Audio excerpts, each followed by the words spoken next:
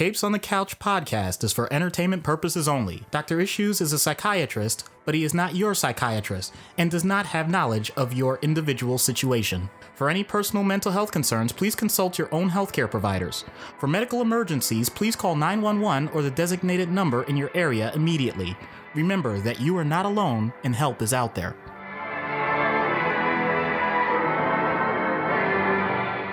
Hello and welcome to Capes on the Couch, where comics get counseling. I'm Anthony Sitko. And I'm Dr. Issues. This is issue number 135, Starfire, as requested by our present level patron Ariel, who shockingly does not have a Bat character to ask for. But had to stick with DC. She is sticking with DC, and there is a theme for her next couple of selections. So we'll get to that shortly. Before we jump into it, just a quick reminder. If you are listening to us on a platform that allows you to like, rate, and subscribe, please leave us a rating and review. The more positive ratings we receive, the higher up in the rankings we get, and the more people can hear the show. And that's kind of what we're all about. So if you're listening to us on Apple Podcasts, or if you have a Podchaser account, please go and leave us a nice rating and review. And if you do that and then send us an email at capesonthecouch@gmail.com with a screenshot of that review and your name and address, we will send you a sticker as a way to say thank you for being the awesome person that you are. So just a little way to help get us more and more ears on the show and hopefully continue to expand and destigmatize mental health through talking about comics, because that's what we're about here on this show. So jumping into the background then, Starfire, Princess Koriand'r, created by Marv, Wolfman, and George Perez in DC Comics Presents number 26, October 1980. Yes, she's named after a spice. So does that make her a Spice Girl? Oh, good one. Good one. So Koriand'r is second in succession to the throne of Tamaran. She and her sister Komand'r were kidnapped, and her father sold her off to ensure peace. After enduring several years of slavery and sexual torture, she was experimented on by being subjected to ever-increasing energy levels, which gave her the ability to release energy blasts from her hands as well as fly. Her sister, who had also undergone the experimentation and was more powerful, attacked her, however, and had her sentenced to execution. She escaped and made her way to Earth, where she took the name Starfire, which is the Earth translation of Koriand'r, and joined the Teen Titans. At one point, she works as a model under the name Koriand'rs. So she's twice married to Tamaranian men, once for politics and once for love, but both of those husbands die. She ends up in a on-again, off-again relationship with Dick Grayson, and they almost get married until a possessed raven interrupts the ceremony and kills the officiant. Hashtag BecauseComics. She goes missing after Infinite Crisis, although she's one of the heroes who helped defeat Alexander Luthor. And then we discover that alongside Adam Strange and Animal Man, she gets stranded on an unknown planet, and the three of them fight alongside each other several times. During Blackest Night, a psychic attack reveals her greatest desire is to marry Dick Grayson. In the New 52, her backstory is essentially the same, but now she's operating as one of the Outlaws alongside Jason Todd and Roy Harper. She is close friends with Dick Grayson, who is kind of avoiding romantic feelings for her. In DC Rebirth, she rejoins the Titans and becomes leader after Damian Wayne is removed from the role. She is killed by her sister, Komand'r, aka Blackfire, who believes that she will eventually come back to life. So that is a very, very brief summary of a character that has been, I would say, a high B-lister in DC. She's definitely not an A-list character, but I would qualify her as a high B-lister because of her role in the Titans and associated teams, not to mention the role that the Titans have had in animation over the past decade or so with the original Teen Titans show and then Teen Titans Go, which has thus led through corporate synergy to additional appearances in comic book stories. So, Yeah, I think that's fair. That's a fair assessment. So let's get into the issues then. And Ariel was able to contribute some of these suggestions. She was tortured and enslaved in her childhood. Now, this is something that for many, many years was occurring. And Ariel says she has every right to be bitter and angry over this, and yet she is not. She's not a dark character by any stretch of the imagination. She is ebullient. She is effervescent. She has a very bubbly personality, very positive-minded, generally speaking, which belies everything that has happened to her. And that is not an easy thing to overcome, whether you're a superhero or not. So I think that this opens up a very deep well of authentic conversations that we can have about real world analogs, but I'll let you start. So this is definitely a deep topic, and I don't have a way to sugarcoat it, so I won't. The fact that we're dealing with instant lasting trauma directly related to your physical well-being and sense of development, I don't really think I need to go into why that's a problem. So for the most part, all of our data indicates that it's usually involving people close to the person. Usually the victim is basically at the whims of whoever is there. So close family or friends, acquaintances, maybe people that already knew them. And yes, there's also a black market component, but that's less common. And I really don't want to create a sensationalized view of it. I just want to focus on the idea that it's a very difficult way to enter the world.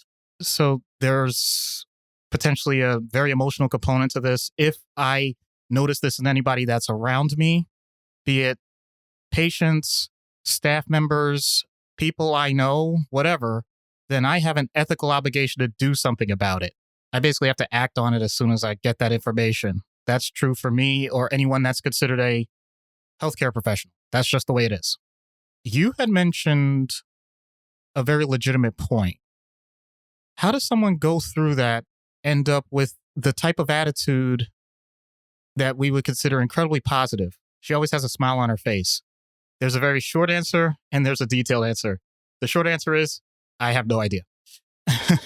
Well, I do, but it basically, there's no blueprint for that. You don't automatically have a system when you are born that allows you to understand everything that happens. And so there may be parts of your personality that develop ahead of time, and maybe that plays a factor in it. So the thing is, you're still potentially pluripotent. You can have just about anything happen from that early time onward. But then also, you have the part that is more cultural. So this idea of Tamaranian joy. So from that standpoint, you also end up with what they say is, make sure you find that silver lining, whatever is going on. So I can't claim that that's automatically in every societal circumstance, but I'm grateful that she has had that opportunity to be in that circumstance and see it through.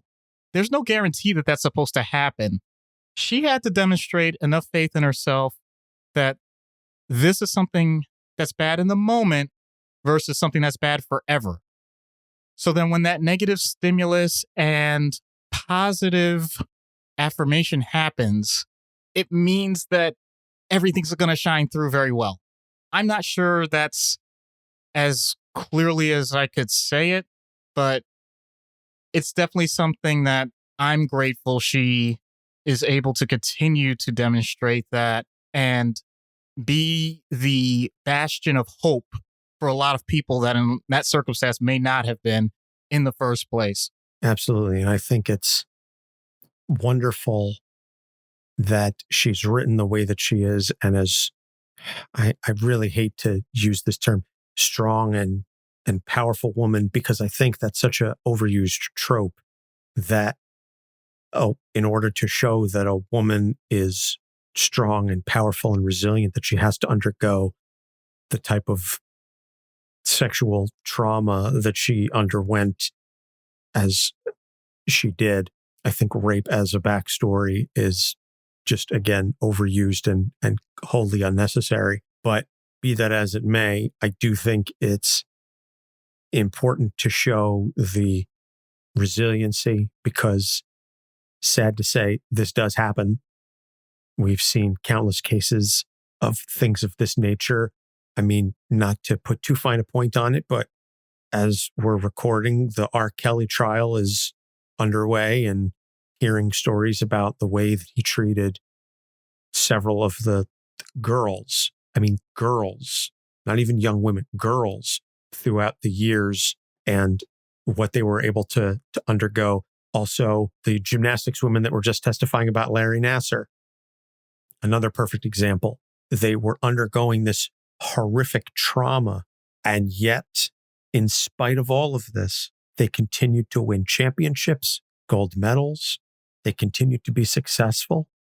And, that's not downplaying or trying to hand wave whatever horrors Larry Nassar and the people under his command did to these young women. But it's a testament to their fortitude and their strength that they were able to win in spite of all of this. Right. And I'm glad that you used the term in spite, because there are people, oh man, this is tough. There are people that actually do look at traumatic childhood events as something that's somehow a factor in making positive headway in people's lives.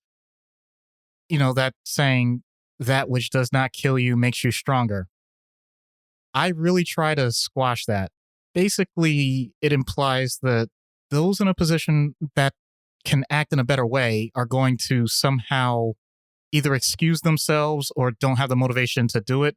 And that's really idiotic. It's wrong. I really just don't subscribe to that.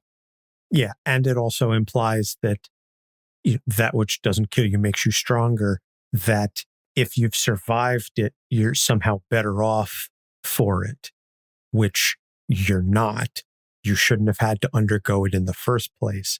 I mean, again, I give credit to those who come out the other side with some manner of perspective and understanding and strength, but I still don't wish that you went through it in the first place. And I think we need to work towards a world, pie in the sky thinking, but we need to work towards a world in which you don't have to undergo that kind of trauma in order to prove anything. And that we need to start eliminating that mindset that undergoing through this is some sort of rite of passage. Yes, we're all going to struggle at times.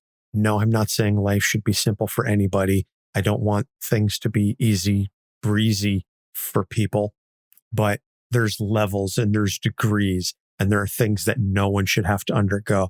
And trauma like that is definitely on the list. So the next issue is her horrible relationship with her sister. She is the middle child. She's the second of three. Her older sister, who should be someone that is, if not a role model, at least someone who should provide support and understanding and love and friendship, is anything but. She continually betrays Corey. She continually undermines Corey for her own ambitions. So to clarify, Komand'r was the first in succession, but due to a childhood illness, she didn't have the powers that most Tamaranians have. And so because of that, she wasn't considered strong enough. And so Corey became the first in line, so to speak. And that led to a lot of jealousy on Komand'r's part. And that's why her sister continually tried to undermine her. But to that point, the idea that your older sibling, again, somebody who should be, again, if not a role model, a source of strength and support and love and understanding, is continually undermining and attacking you, that cannot be an easy thing to deal with. And it's not something that I would wish upon anyone, and certainly not something that, royalty and superpowers notwithstanding, I wouldn't wish that kind of horrible relationship with your siblings on anyone. Absolutely.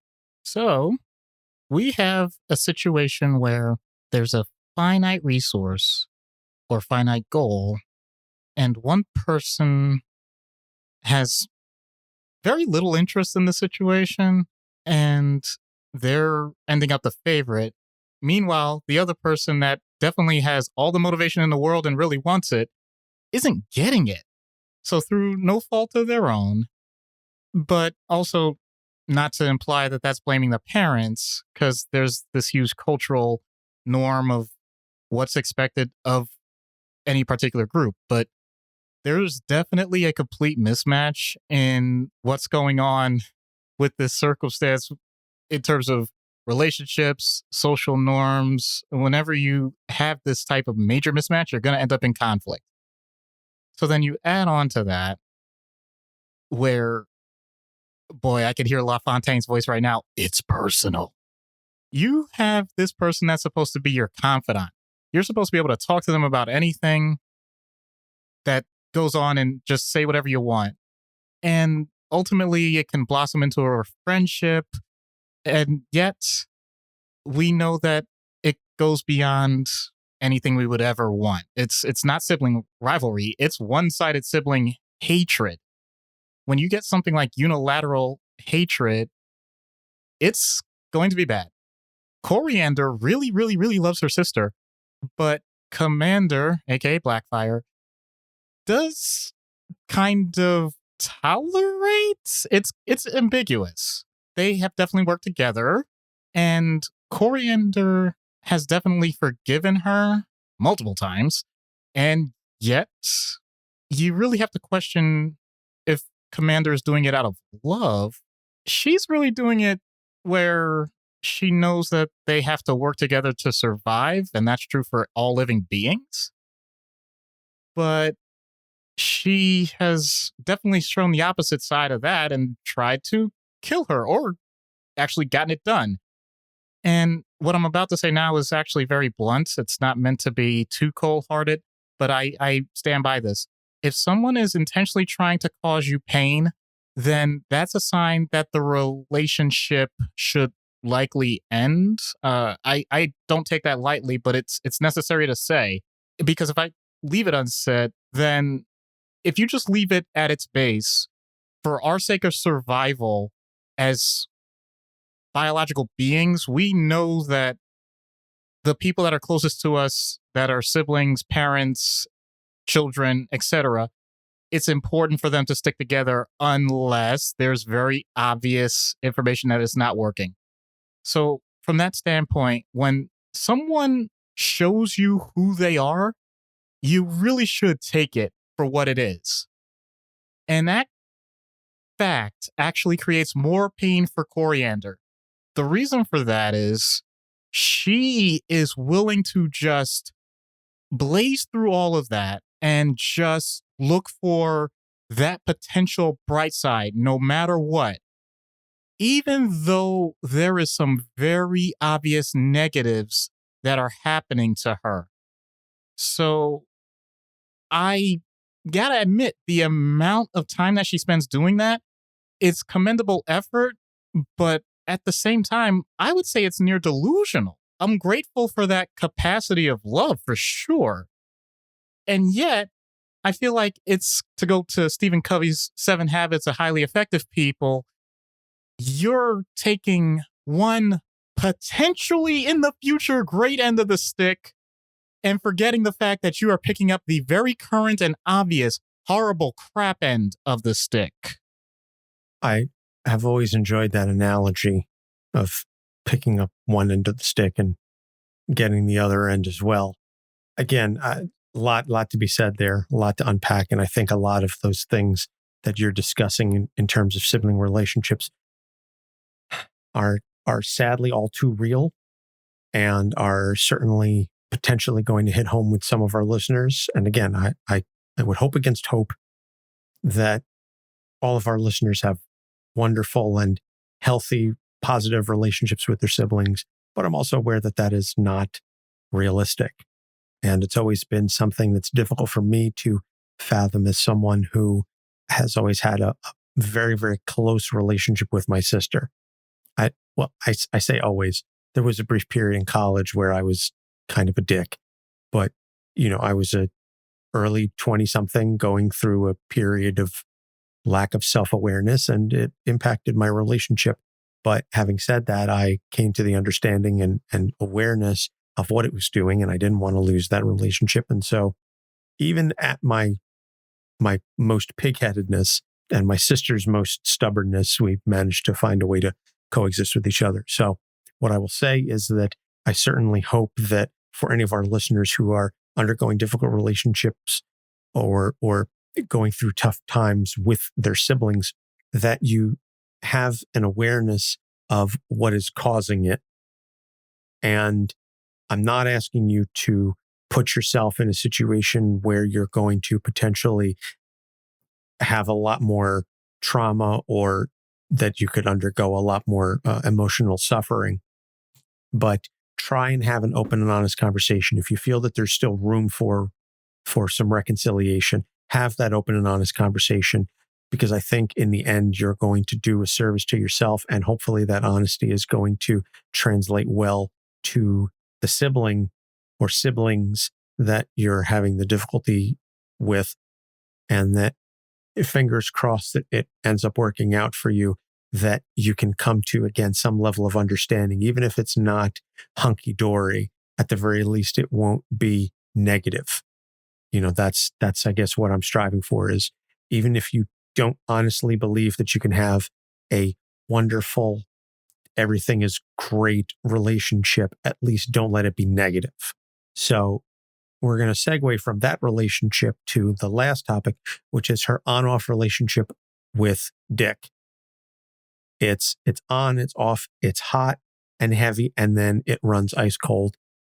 And some of that is because of who Kori is and the Tamaranian passion that she has. And we were discussing that she's a very fiery individual, a very passionate individual. And because of who Dick is and what Dick has undergone in terms of his own trauma and his relationship with Bruce and everything that comes with being a Robin and Batman and all the various many things associated with the Bat family. We spent an entire month talking about that. And some of it just comes down to the personalities. But I find it very interesting that under all of that, and regardless of the highs and the lows, there is still a connection there. There is still a love there that is deep, and regardless of how it is expressed, it is persistent. Yeah. I think there are plenty of examples of people going through that. And even the magnitude can vary. I'm pretty sure that people who either have gone through those types of relationships or you know someone that's gone through a relationship like that. And in all honesty, they can really be lifelong. And I'm not saying that's necessarily a bad thing. The fact that the interactions that people have over time really start to wax and wane, that's pretty much part of humanity itself. So that's not exclusive to Starfire and Dick. The fact that it gets to this level of intensity, which I know you pointed out very well, basically, Starfire says that this is the most important person in her life. So from that standpoint, you got to wonder, okay, what about Dick's side? Dick has sometimes said yes. You would think that is an amazing thing. Okay, so from there, you would say then everything would be happily ever after, and that would last. But yeah, this is a little difficult. So when emotional attachments are changed based on the circumstances that are surrounding you, then you're going to have a change in your priorities. You're basically going to feel lost at sea. You're going to deal with the ebb and flow. And although it's not necessarily wrong, that can be a rough way to deal with those circumstances. A lot of people just by default say, to continue this metaphor, if things are not going smoothly on the seas, then correction, if things are smooth on the seas, then you're going to want your navigator with you. But if things are rough, you're basically saying, okay, get out. I want you to get your own boat and I'll do it myself. Then guess what? Some people are going to say, yep, I'll get my own boat and I will go my own path and maybe we'll meet up again. And you just keep repeating that pattern. And sometimes those ships actually go as far as colliding. So it's not just whether or not you love each other, but whether or not you love each other enough to see each other through various roles. Nobody is expected to have the exact same emotional reaction to the exact same thing every single time. If that's your expectation of the relationship, then more than likely you're going to be disappointed over and over again, just to let you know. And from that standpoint, from what I've noticed with several people and patients and all that over the years, I'm not sure people actually go ahead and give the dedication to this that they need. I think sometimes in the moment they think that this type of intensity of emotional feeling, they're going to just have this all the time. And it's just going to be this everlasting wave. And there's no such thing. So when it fades, they basically think that it's going to be over. And then their behavior follows that pattern and they say, well, I guess it's going to be over. Yeah, that's certainly a way to go about it. But I'm just letting you know that there's another smoother path if you're willing to do it. And then there's another side where if, based on the previous issue, and maybe people have different views on this, but if it gets to the point of significant trauma, violence, abuse, whatever, neglect, then basically it might be better to have it fade away or just end it before they get too bad. And of course, to take it back to the other situation, you can just recognize that when two people love each other and they really do say that that's what they want to do, they want to see it through together, actions are going to speak way louder than any given words. And please take it at its best value. Wonderfully said. Wonderfully said.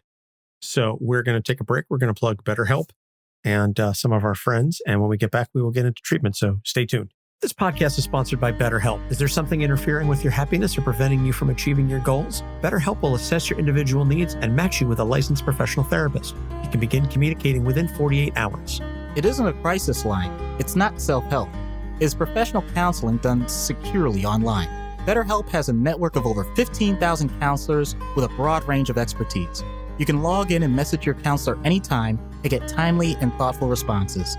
You can also schedule regular video or phone sessions. No waiting room required. BetterHelp is committed to facilitating great therapeutic matches, so they make it easy and free to change counselors if you feel you don't have a good connection. It's more affordable than traditional offline counseling, and financial help is available. BetterHelp wants you to start living a happier life today. Visit betterhelp.com/capes, that's better HELP, and join the over 1 million people taking charge of their mental health with the help of an experienced professional. Special offer for Capes on the Couch fans. Get 10% off your first month at betterhelp.com/capes. Hi, this is Jimmy from the podcast Talk Me Into, the show where my co-hosts Dan, Jeff, and I talk each other, and maybe even you, into liking what we like. Here's a little taste of our show. I need another episode. Whoa, my God. I was not expecting this. It claps too. It does. It do clap. It's a proper bop. Jeff and Jimmy, did I talk you into liking spoilers?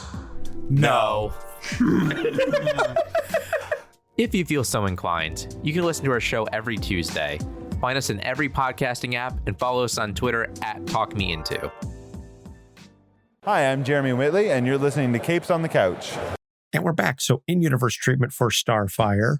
And I'll be curious to see where this goes. So I noticed a part of Starfire's powers and abilities have to do with energy, basically, as we've noticed with so many characters. But the main thing is it's ultraviolet energy, and you can't see it, but it's really close to the visual spectrum. So maybe if we like had some way to tweak that or something, maybe the technology's coming, I don't know. But anyway, the point is that if we can recognize it and detect it in whatever way, then I think that there's a possibility we could create the best biofeedback system so that she can really tie into her emotions and process her existence in a way that she never has before. Let's be honest, if you push it too far, you get x-rays. So you know you can actually see inside yourself, and I don't mean that. But really, it's really clear in my mind that if you have that big a connection to energy itself, then why don't we just go ahead and use that as our guidepost and work on that so that you know that your experiences are on the right track and your emotions are going to go the way you want them to. That is a very interesting idea. Huh. Now, that's assuming, of course, that she has the control over her energy to be able to do that, and that it doesn't get too hot, because if she experiences that kind of emotion and she taps into that emotion and uses the energy outbursts accordingly, it's possible that she gets really excited and then things go boom. Well, the other subtle thing is that instead of going it the way you went, I'm thinking more like I don't take the proper precautions and I end up just having my eyesight totally ruined and, you know, my corneas and retina scarred really badly. So always wear your protection, people.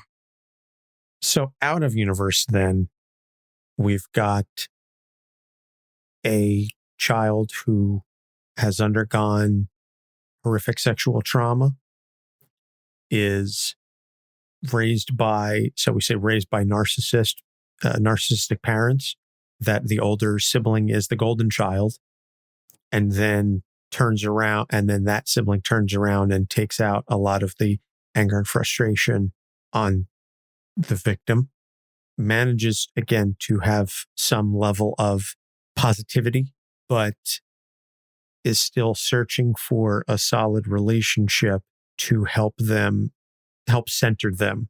There's a lot there. There's legitimately a lot to discuss. Yeah. So the most common thing I see, basically, if the person is exhibiting the personality that you talked about, they're really outgoing, they're enjoying life, and the trauma definitely is a part of their existence, but it's not the thing anymore, then I'm not going to spin my wheels just trying to dig up things in the past and just, going with that trope of going with, like, it's going to be the ultimate fix to everything. So, in other words, if you're actually doing well, you're going through life well, you're managing okay, you don't have the trauma at the forefront, then you do you. That's wonderful. I'm not going to try and make up the TV thing again and say like, oh, you need to remember. And this is something that if you don't fix it, blah, blah, blah. Okay.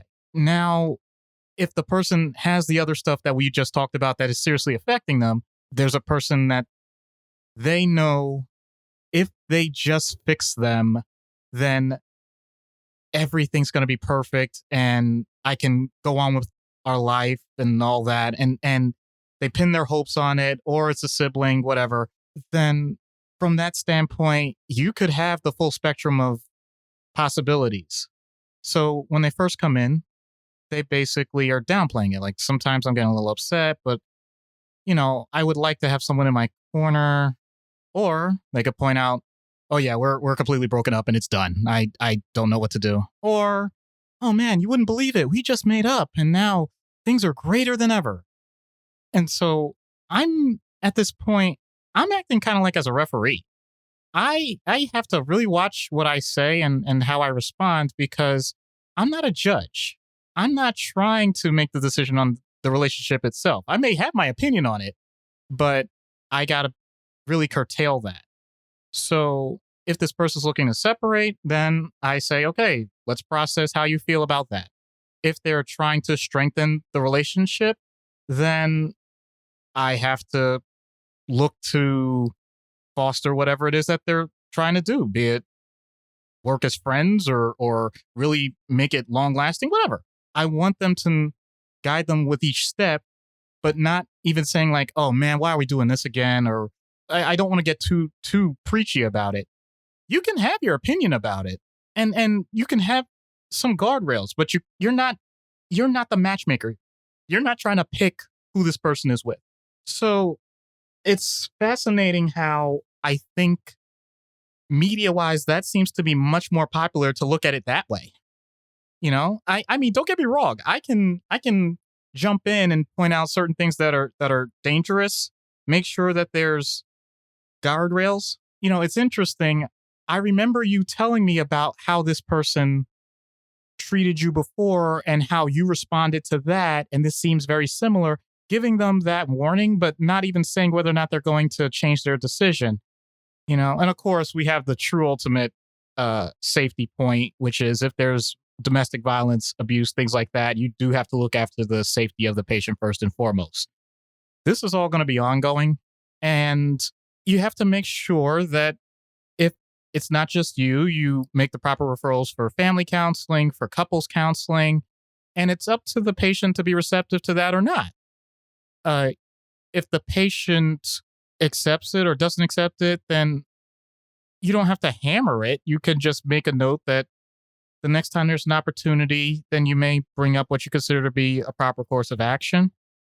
And it's definitely a fine-tuned balance that sometimes I don't get it perfect. And of course, there are the thoughts in the back of my mind, like just dump the MFer or whatever. Or, wow, this is great. I'm happy for you. I really hoped it would turn out that way or whatever. But you got to be very careful with that. In addition to that, you have to consider the actual diagnosis. So if we're talking about a reactionary borderline personality disorder, PTSD, acute stress, those sorts of things, you have to deal with those directly. But you take these things as they come. So your advice is not to lawyer up, delete Facebook, and hit the gym. Fair enough. Fair enough. I can respect that. I think we all should at least delete Facebook and hit the gym. Lawyer up is questionable depending on what it is that you're doing, but delete Facebook and hit the gym. Yes. All wonderful topics and good advice. So let's put all of this in a blender and see what happens when we get Starfire on Dr. Issues' couch. Hello, Starfire. I'm Dr. Issues. Greetings, Doctor. Just to be clear, Starfire is a media creation. Please, call me Koriand'r. My apologies, Koriand'r. So, what can I do for you? Others have told me that I am a bit of an energetic spirit. I get too rough. I would disagree, but it has been said so many times that I wonder if there is some truth to it. In what context? All of them. Can you give me an example? Suppose there is a powerful enemy at your door right now, and I am with the team. At least one of them stands slack-jawed. Another one tries to start a conversation or say something to defuse the situation.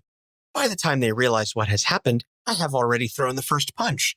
It is a bit of a blur after that, and we have won, but at least one other person is yelling at me for being too hasty. I've heard that so many times. Ready, fire, aim. More like aim and fire before they are ready. I am not careless, just efficient. And you want the others to match your efficiency? I know they cannot.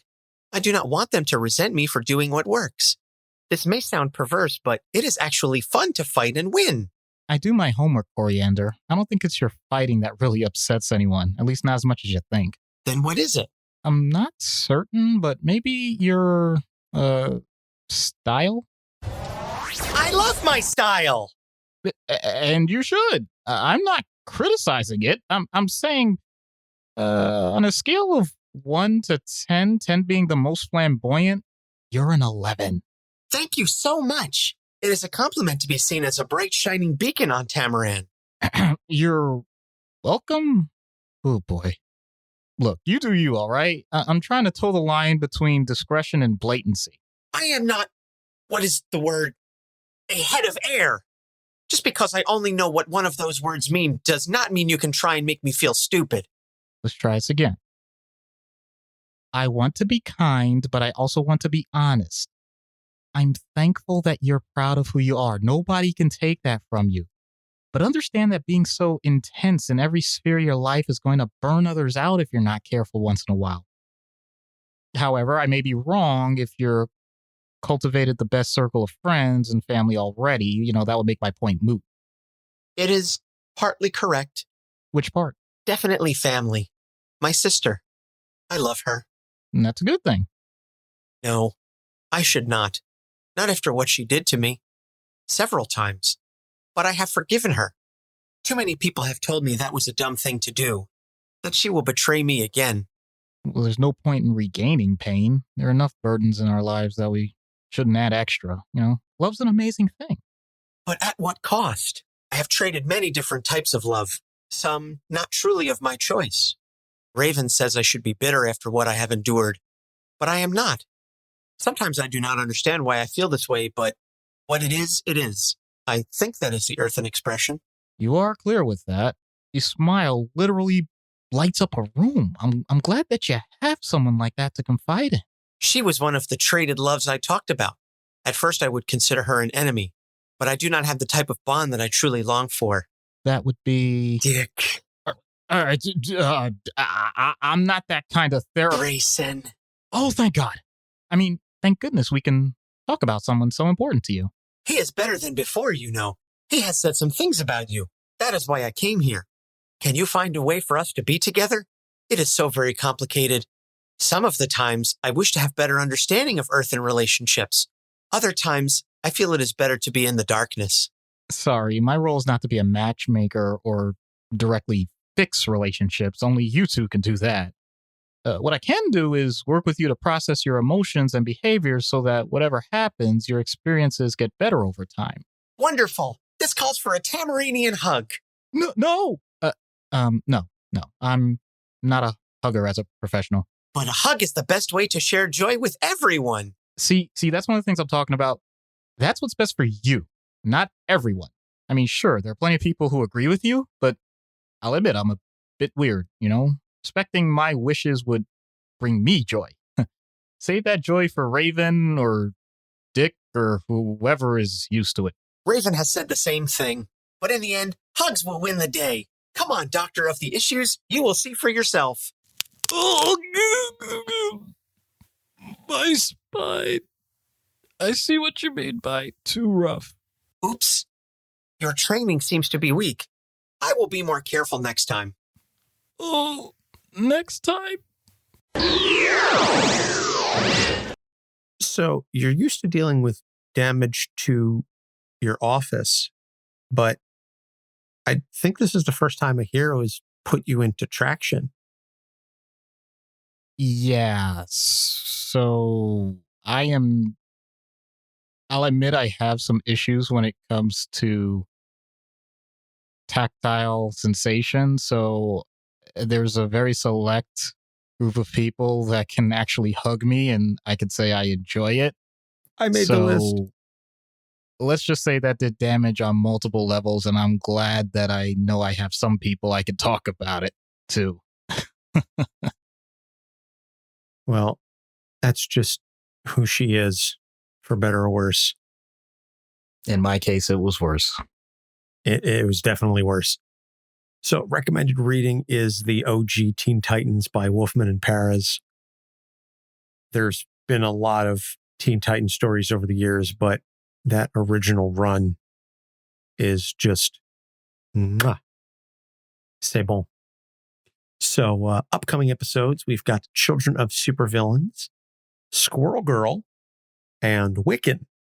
So we're just kind of going all over the place here, and I love the variety that we get with the show, and I love what our patrons suggest for us. So that's wonderful, and we very much appreciate all of you. Speaking of patrons, you can go to patreon.com/capesonthecouch and subscribe and unlock some additional content, early access, uncensored materials, etc. I'm going to repeat again, like we said at the top of the show, like, rate, subscribe, wherever it is that you can, because that's what gets us more eyeballs. Tell your friends about the show. Like I said, if you leave us a rating and review, we'll send you a sticker. Just email us at capesonthecouch@gmail.com. You can find all of our episodes on our website at capesonthecouch.com. And we are on Facebook, Instagram, and Twitter at Capes on the Couch. I've really been trying to share more stuff on Instagram lately and just try and boost that profile, because I would say it's the platform that I hate the least in terms of social media. We're not on TikTok yet. I know I talk occasionally about joining TikTok. I don't have the time. I barely have the time for the 3 social media platforms as it is. If I had Starfire's energy and ability, I think it would be a lot easier for me to handle. But that's all I've got to say, Doc. Well, it's such a cool thing that her name is Koriand'r, because that means that she has a lot about her that leads to great taste in various different ways. And yet, for some people, there is also this really bad aftertaste, the soap, and you just have to find a way to wash it out. That is very true. It's definitely an acquired taste. So for Doc Issues, I'm Anthony Sitko. Thanks for listening. We'll see you next week. Capes on the Couch podcast is for entertainment purposes only. Dr. Issues is a psychiatrist, but he is not your psychiatrist and does not have knowledge of your individual situation. For any personal mental health concerns, please consult your own healthcare providers. For medical emergencies, please call 911 or the designated number in your area immediately. Remember that you are not alone and help is out there.